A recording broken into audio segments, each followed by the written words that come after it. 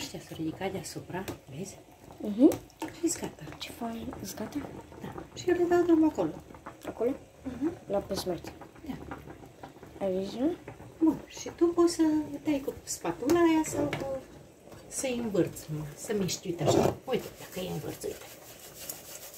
Oh, ce fain. Uite, poți să faci mâna. Poți să-mi bag? Da. Nu-i frică că mă ard. Nu, se frică.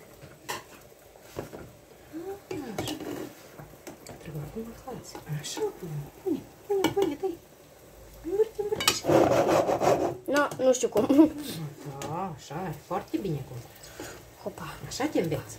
Așa m-am învățat și eu. Și uite că-s bunică și știu rețeta de la bunică. Vezi? Da. Așa e bine. Foarte fain. Hopa. Ard un pic.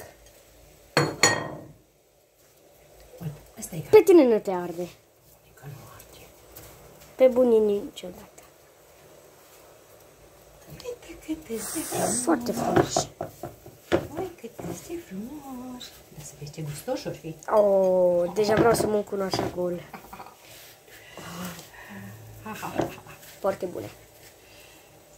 Păi da. Și așa arată când sunt gata. Uite. Fierți. Și o să-ți spună bună smântânică cu Da, cu smântâna. smântână și cu zahăr pentru ei. Da. Acum mai băgăm. Mai băgăm o tură la fiert. Uite așa. Deci lăsăm 3 piei ca să aibă loc, iubire.